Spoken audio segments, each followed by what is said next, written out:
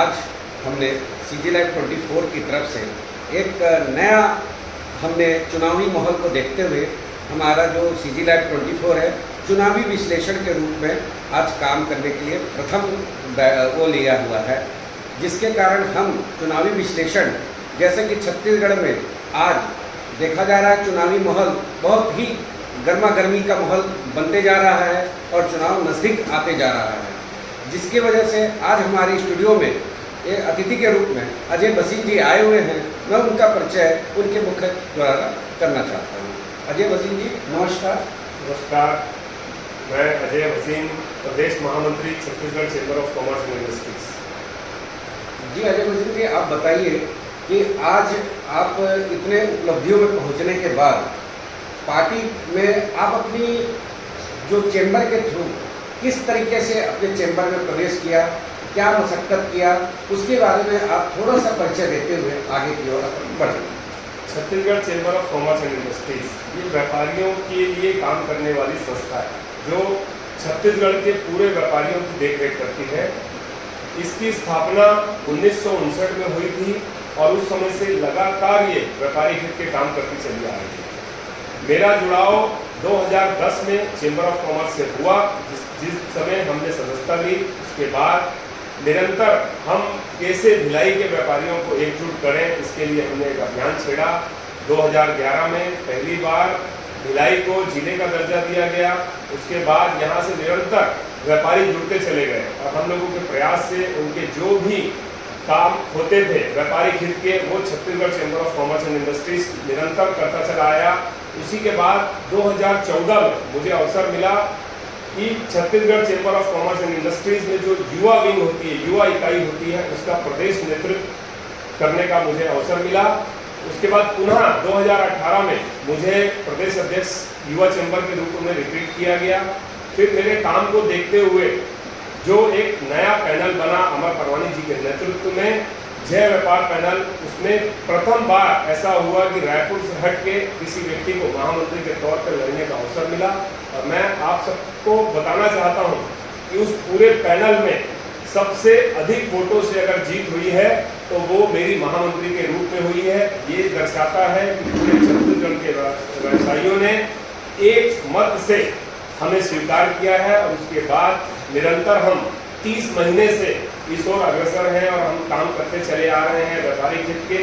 और 30 महीने में काफ़ी सारी उपलब्धियां चैम्बर ऑफ कॉमर्स के माध्यम से हमने स्थापित की है, जिसमें मुख्य रूप से 25,000 की सदस्यता चैम्बर में होना, ये अपने आप में एक उपलब्धि है।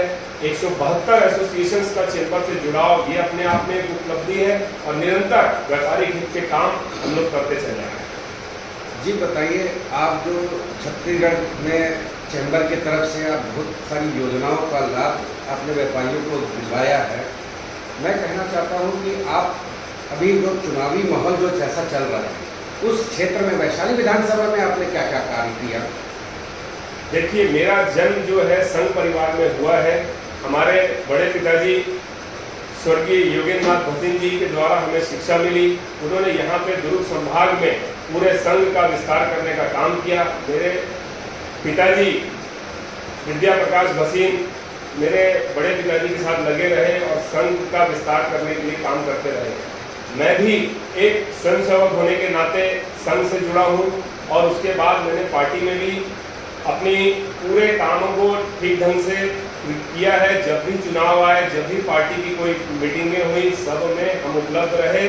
और 2015 में जो कैंप मंडल है वैशाली नगर विधानसभा में आता है, उसमें मुझे उपाध्यक्ष के रूप में मनोनयन किया गया। और हम लोग पूरे 3.5 साल किस तरीके से योजना बना के कैंप मंडल को मजबूत करें। मैं आपको एक बात बता दूं, हम लोग के आने से पूर्व ये माना जाता था, जब ये पूरी भिलाई नगर विधानसभा होती थी तो कैंप मंडल सबसे कमजोर मंडल माना जाता था। और आज मुझे बोलते हुए फख्र हो रहा है कि जब हमने काम किया, एक एक कार्यकर्ता तक हमने गए और बूथ लेवल तक जब काम किया है, तो आज आपको बता दूं यहाँ पे 11 में से 7 पार्षद हमारे हैं। ये हम लोगों के लिए एक बहुत बड़ी उपलब्धि है।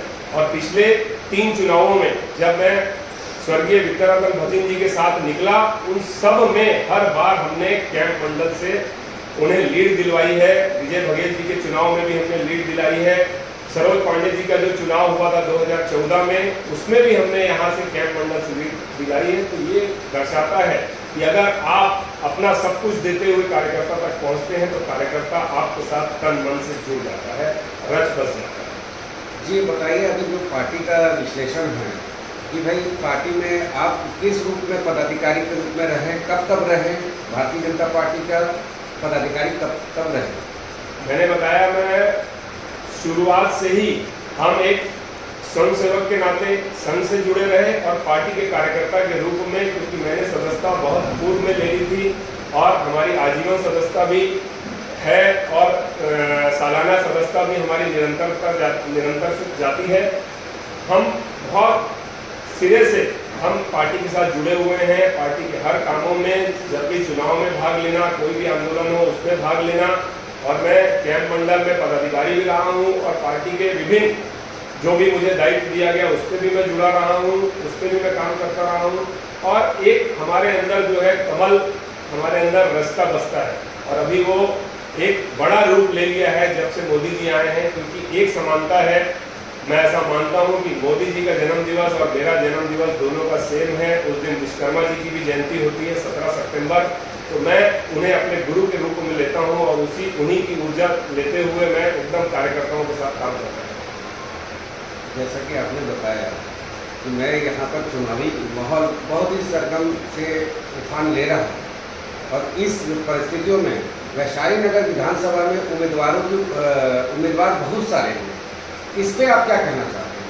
बिल्कुल, बहुत सारे उम्मीदवार हैं और हम लोगों के लिए खुशी की बात है कि यहाँ पे हम लोग मजबूत हैं, बहुत मजबूत हैं। लेकिन हमने ये भी देखा है पूर्व में, जब भी पार्टी ने कोई ऐसे व्यक्ति को बाहर से ला के दिया है तब यहाँ की जनता ने उसे नकार दिया।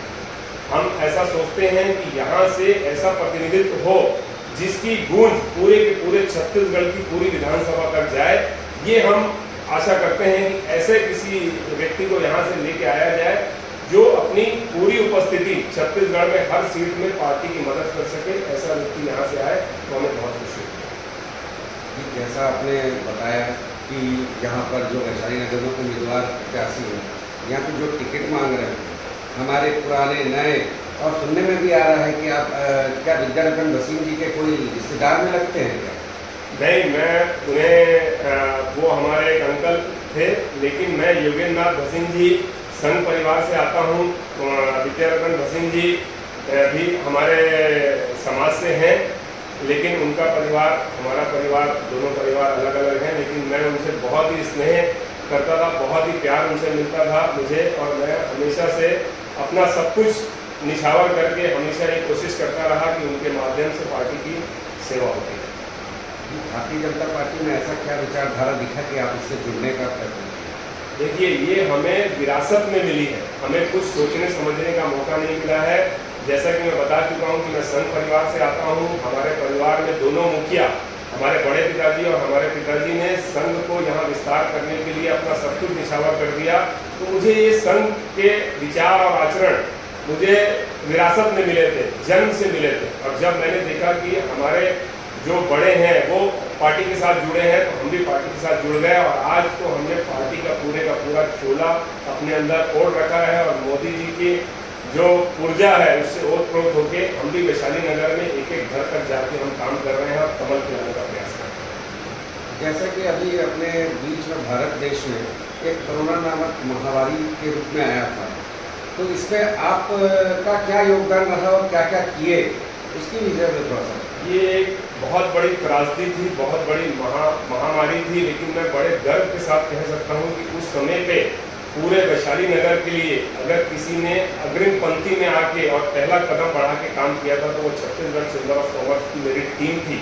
मेरे व्यापारी भाई थे जिन्होंने बिना कुछ अपने आहित की परवाह करते हुए अपनी दुकानें खोल दी थी और सही रेट में, सही दाम में अनाज बेचने का काम किया था। उस समय ऐसा माहौल हुआ करता था। मैं पहले वाले कोरोना काल से लेकर दूसरे तक की बात बता रहा हूँ। दोनों के समय में हमारे व्यापारी भाइयों ने पूरा संगठित होकर ये प्रयास किया कि किसी भी तरीके से इस महामारी के समय में हमारे रेट्स ना आगे बढ़े। वो अपने जितना भी उनके पास स्टॉक होता था वो सही भाव में बेचते थे। हम लोगों ने ये तैयारी की थी हमारे माध्यम से निगम ने एक एक जगह पे जहाँ पे हमारे छोटे तबके के लोग रहते हैं, हमारे यहाँ स्टाफ है व्यापारियों के, उन तक भी राशन पहुँचाने का काम किया था और उनको जो भी सुविधाएं चाहिए थी। सैनिटाइज़र, मैं आपको बता दूं कि सैनिटाइज़र अगर भिलाई में सबसे पहले आया था तो वो चेंबर ऑफ कॉमर्स के माध्यम से आया था। अगर उस समय पे ग्लव्स और मास्क की अगर पूर्ति की गई थी तो वो चेंबर ऑफ कॉमर्स के माध्यम से की गई थी। और मैं इतना बता दूं कि सबसे पहले उस समय पे जब शमशान में डेड बॉडी जलाने का चलन था और पीपी किट पहन के वो जो अधिकारी जलाया करते थे, जब हमने अपनी बात हमारे कलेक्टर साहब भूरे साहब के सामने रखी और ये बताया कि साहब जब आपके अधिकारी पीपी किट पहन के अगर क्रियाक्रम कर सकते हैं तो हमें ये अधिकार दिया जाए उस परिवार का एक व्यक्ति पीपी किट पहन के उस संस्कार को करे, ताकि उसके भी आत्मा को शांति मिलेगी और उसे भी संबल मिलेगा परिवार के बच्चे को। जब हमने ये समझाया तो पहला जो जिला था जहाँ पे ये चीज़ें मिली और पहला परिवार वालों को संस्कार करने का मौका मिला, तो भी हमारे बात रखने के बाद ये हुआ है। इस सब में हमने बहुत मिलकर प्रशासन के साथ बहुत सारा काम किया है और मेरी पूरी टीम इसमें मेरी भागीदार है। अगर आपको वैशाली विधानसभा में देखा जाए तो वैशाली विधानसभा में जो कांग्रेसी अभी जो कार्य कर रहे हैं उससे आप क्या संतुष्ट हैं, और कि अपनी पार्टी के लिए अभी कोई काम हुआ है कि नहीं हुआ, उसका विस्तार पे आपको? मैं चूंकि निगम से और प्रशासनिक अधिकारियों से जुड़ा रहता हूं, मैं बड़ी ईमानदारी से कह रहा हूं कि वैशाली नगर विधानसभा में अगर कोई काम हुआ है तो वो सिर्फ और सिर्फ विद्यारतन भसीन जी की जो निधि थी उससे काम हुआ है। बाकी एक भी काम प्रशासन की तरफ से नहीं किया गया है। अगर वो गड्ढे भी हैं तो उसको भी भरने का काम नहीं किया है। मेरे व्यापारी साथ में रहते हैं, मैं बाजारों में इतना दौरे करवा चुका हूँ सबको, लेकिन बताने के बावजूद भी जो मूलभूत सुविधा होती है उसकी ओर भी प्रशासन का और सरकार का ध्यान बिल्कुल नहीं है। जो मार्केटों में गड्ढे हुए पड़े हैं, पानी की निकासी नहीं है, लाइट नहीं है, कैमरे जो लगाए गए हैं, मैं दावे के साथ कह सकता हूँ सभी जो प्रमुख बाजार हैं वैशाली नगर विधानसभा में, वहाँ पे कैमरे चेंबर ऑफ कॉमर्स के माध्यम से, उनके व्यापारियों के माध्यम से पूरे के पूरे बाजारों में लगाए गए हैं। प्रशासन की तरफ से, शासन की तरफ से हमें किसी भी प्रकार का कोई भी मदद नहीं मिली है। लाख बार बोलने के बाद भी ऐसा लगता है कि इसको वैशाली नगर विधानसभा को ऐसा छोड़ दिया गया है कि जो जनता है वही इसको समझे, ऐसा हमारे साथ सौतेला व्यवहार है। और भी मुझे कुछ बातें आपके विषय में पता चला है, जैसे कि आपने अभी सांसद महोदय से मिले तो अपनी विचारधारा वहाँ पर क्या? हमने सांसद जी को पहले तो बधाई दी है, क्योंकि जो काम उन्होंने किया है वो कोई एक बहादुर और मजबूत व्यक्ति ही कर सकता है। उन्होंने पहला चरण रख दिया है कि इस सरकार को हमको उखाड़ फेंकना है। उसके लिए उन्होंने डायरेक्ट ललकारा है यहाँ के मुखिया को और उनके समक्ष जाके खड़े हुए हैं। तो इसमें हमने व्यापारियों की तरफ से उन्हें बधाई दी, शुभकामनाएं दी और पहले भी हम उनका सहयोग करते रहे हैं और इस बार भी हमने पूरा उनको संबल दिया है कि पूरी व्यापारी टीम आपके साथ खड़ी रहेगी। और आगे में कहीं अगर आप ऐसा सोचते हैं कि कोई ऐसी चीज़ हो कि Chhattisgarh chamber of commerce and industries इस समय पे पूरे छत्तीसगढ़ के हृदय में बसता है, क्योंकि मैं ये जानता हूँ कि अगर कोई किसी भी चीज़ का सरकार को बनना और बिगड़ना है तो मैं ये मानता हूँ कि वो व्यापारी ताकत होती है, क्योंकि व्यापारी लोग माउथ पब्लिसिटी बहुत मजबूत होती है और उन लोग का सेलिंग पावर बहुत अच्छा होता है। तो हमने उनसे निवेदन किया है कि अगर उनको सही लगे तो चेंबर ऑफ कॉमर्स से किसी व्यक्ति को जरूर आपको एक सीट से उतारना चाहिए, जिसका संदेश पूरे के पूरे छत्तीसगढ़ में जाए और व्यापारी आंदोलित होकर उतर जाए कि इस बार मेरे व्यापारी की सरकार आने वाली है। ये संदेश भी हमें उनके माध्यम से मैं बोलना चाहता हूँ कि वैशाली नगर विधानसभा की जनता से आप क्या कहना चाहते हैं? वैशाली नगर विधानसभा की जनता से मैं कहना चाहता हूँ कि हम कमल छाप वाले आ रहे हैं।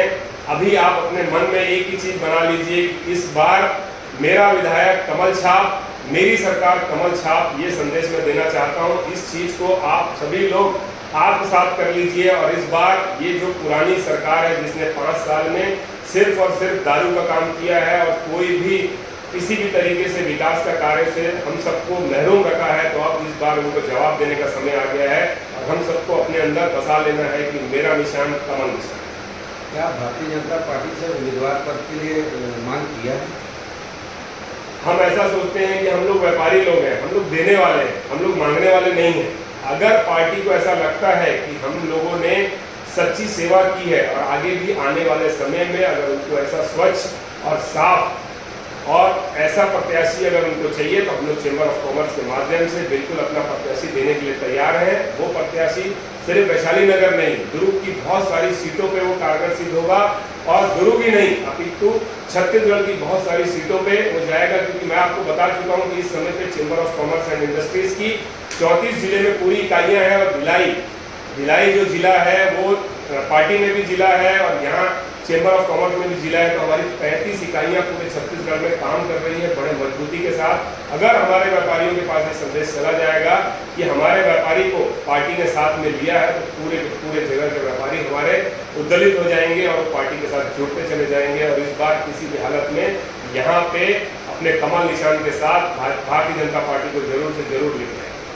लेकिन पार्टी का कहना मतलब ये है कि आप क्या पार्टी के तरफ से अलग पैनल बना के चलना चाहते हैं कि पार्टी के दायित्व के हिसाब से चलना चाहते हैं? देखिए, जब मैं Chhattisgarh chamber of commerce and industries में काम करता हूं तो वहां पे सिर्फ और सिर्फ व्यापारियों की बातों को सुनता, समझता और रखता हूं। और जब मैं पार्टी की बात करता हूं तो मैं पार्टी का सच्चा स्वयंसेवक होता हूं, पार्टी का सच्चा कार्यकर्ता होता हूं। पार्टी के लिए सिर्फ सर झुका के काम करता हूं। उस समय मुझे कुछ और चीज़ें नहीं समझ में आती है, सिर्फ समझ में आती है कि हमें किसी भी हालत में फूल खिलाना है। इसका उदाहरण हमने पूर्व के चुनाव में दिया है। स्वर्गीय विद्यारतन भसीन जी के साथ मैं 2013 के चुनाव में, 2017 के चुनाव में, 2018 के चुनाव में एक घर तक गया हूँ मैं यहाँ पर। तो हमें ये मालूम है जब हमें पार्टी का काम करना है तो सिर्फ और सिर्फ पार्टी का काम करना है। हम किसी भी पैनल को नहीं समझते हैं, हम सिर्फ कमल फूल को समझते हैं, हम आदरणीय नरेंद्र मोदी जी को समझते हैं। जी हाँ, सीजी लाइव 24 की तरफ से आज हमारे जुझारू और मेहनती छत्तीसगढ़ चैम्बर ऑफ कॉमर्स के महामंत्री, प्रदेश महामंत्री से हमने आज वार्तालाप किया। बहुत बहुत धन्यवाद अजय भसीन जी, आपको धन्यवाद।